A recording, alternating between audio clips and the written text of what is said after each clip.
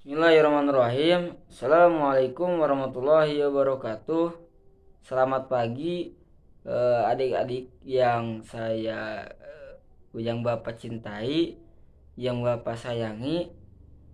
Nah, pada pertemuan kali ini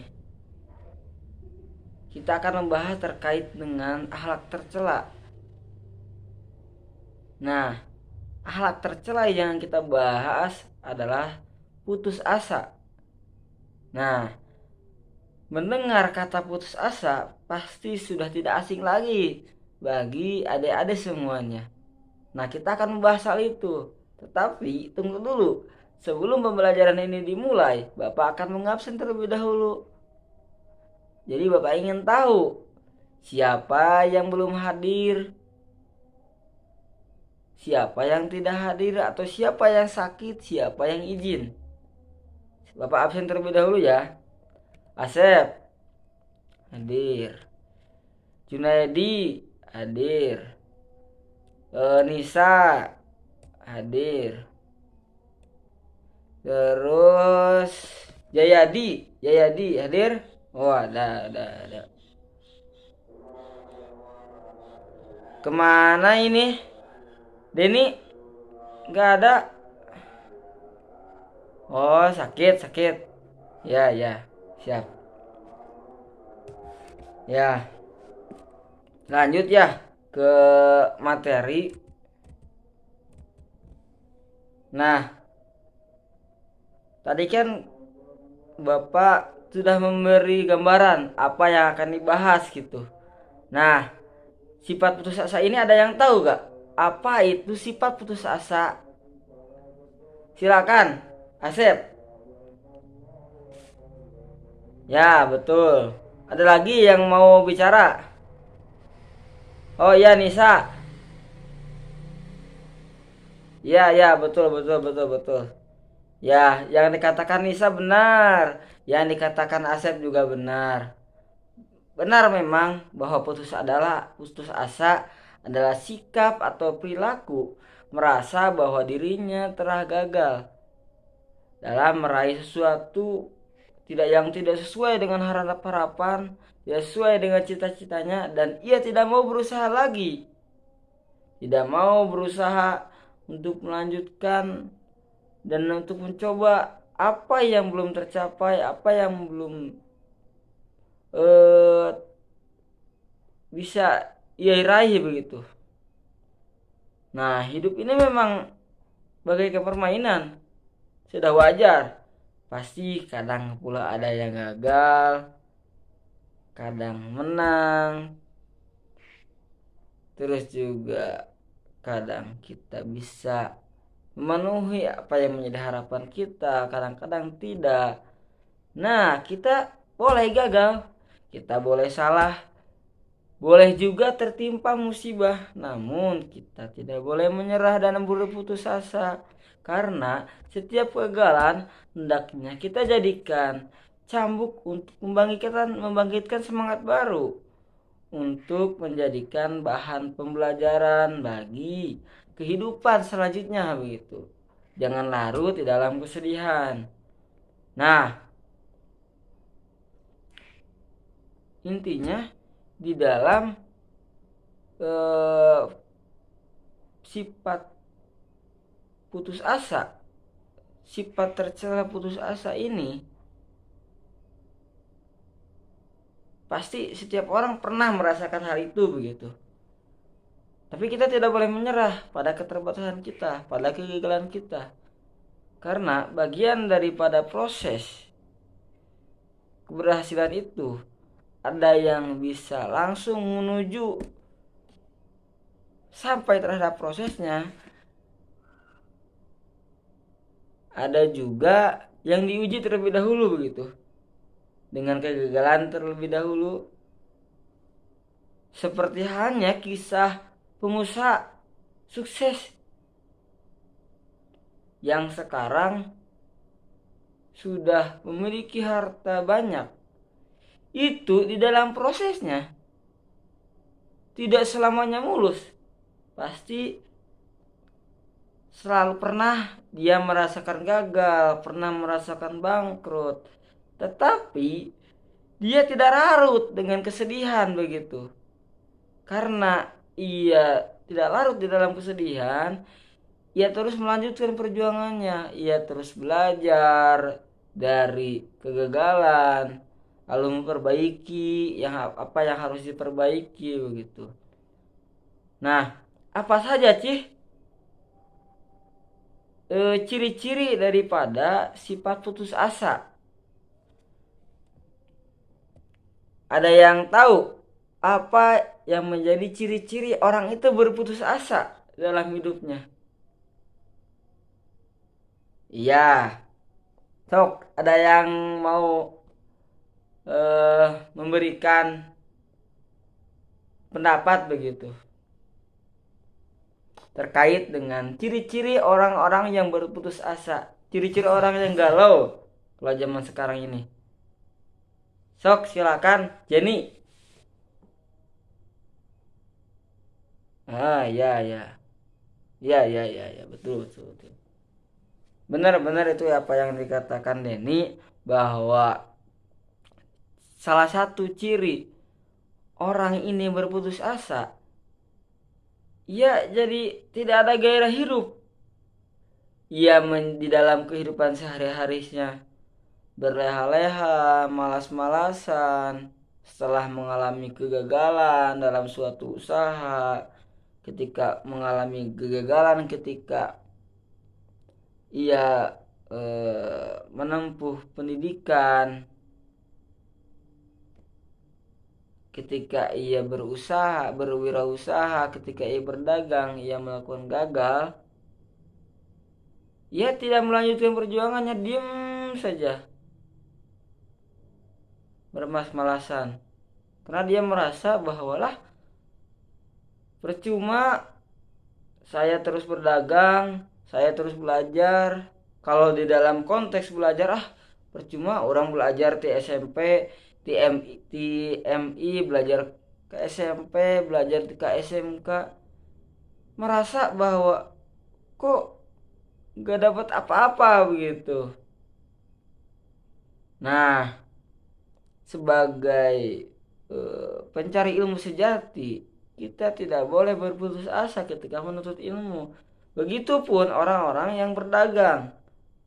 Rasul pun berdagang dengan penuh kesabaran. Jadi kita tidak boleh terus-terusan begitu larut di dalam keputusasaan. Ya, penjelmaan daripada putus asanya malas-malasan, tidak bergairah hidup. Terus tidak pasti ia selalu murung, dan ketika ia bersosial, karena dia merasa malu, gengsi ketika orang-orang mengetahui bahwa saya gagal, saya bangkrut berwirausaha, saya bangkrut berdagang. Ketika bertemu dengan orang lain itu gampang terpancing emosinya, sehingga sering marah, meskipun hanya dengan sebab-sebab yang kecil. Katakanlah ketika ia berkumpul dengan teman-temannya, lalu temannya itu menyinggung proses gagalnya. Sebenarnya kita harus menerima gitu ketika memang ada orang lain yang berbicara kepada kita, menanyakan kumaha dagangana nah naon bangkrut orang mah gitu intinya mah kadinya sih. Nah, di dalam Islam Allah melarang begitu untuk muslim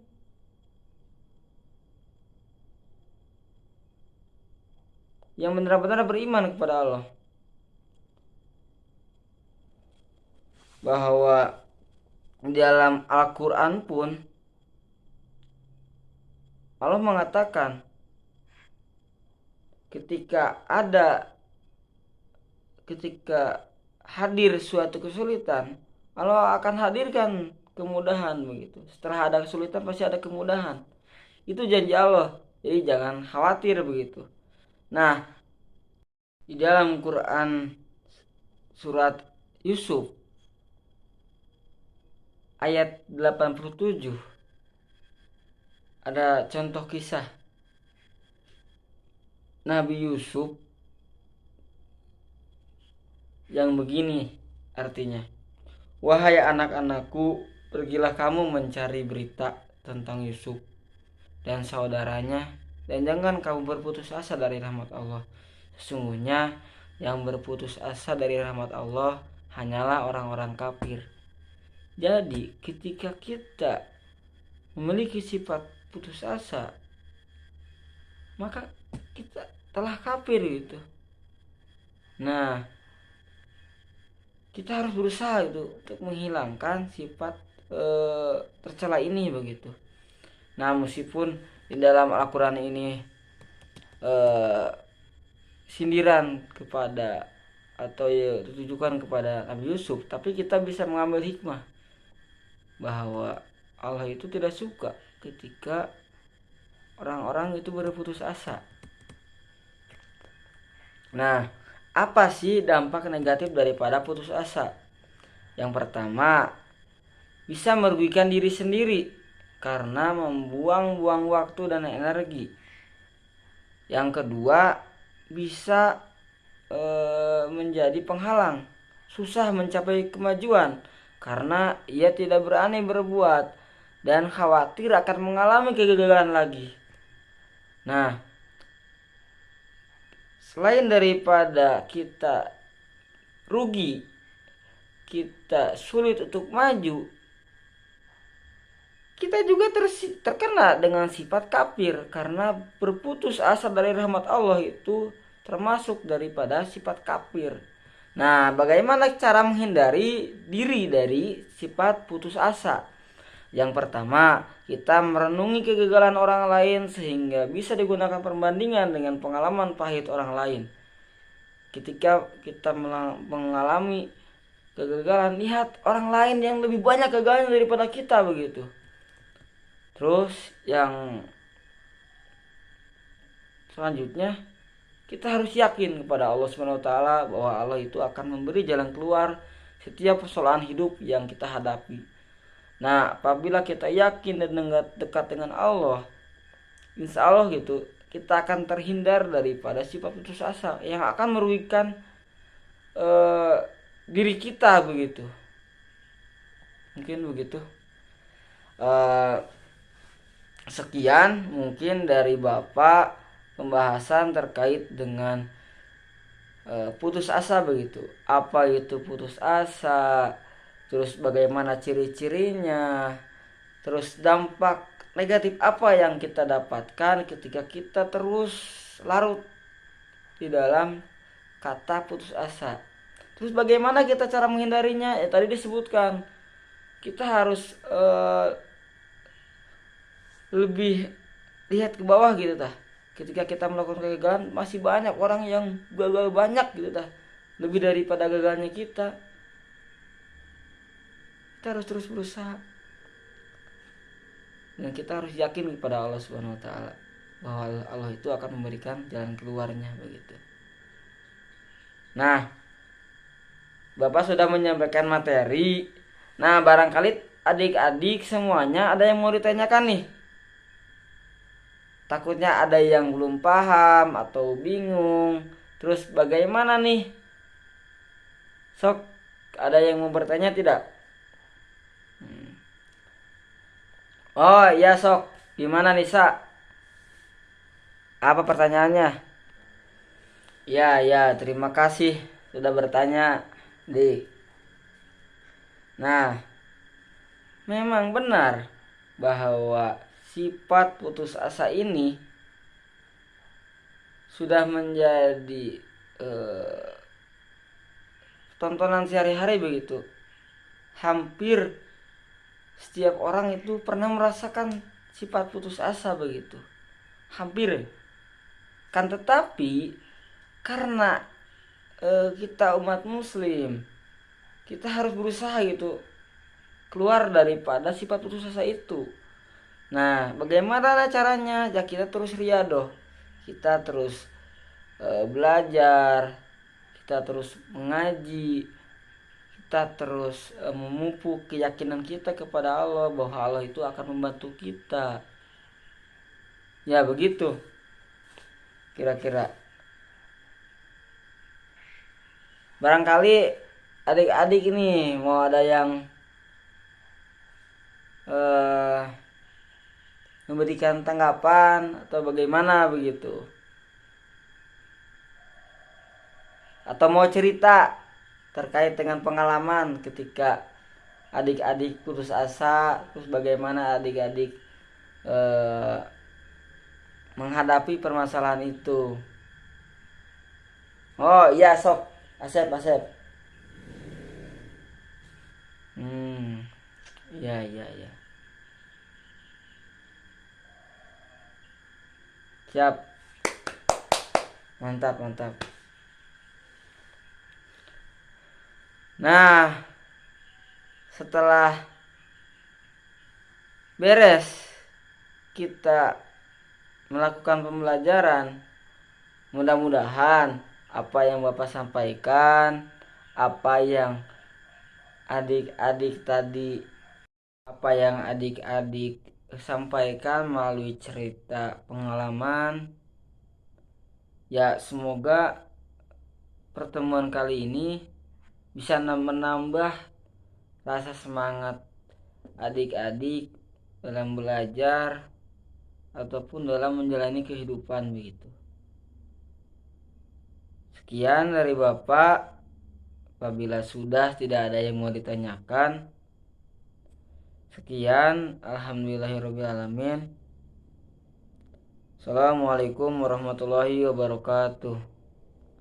Sok pimpin doa.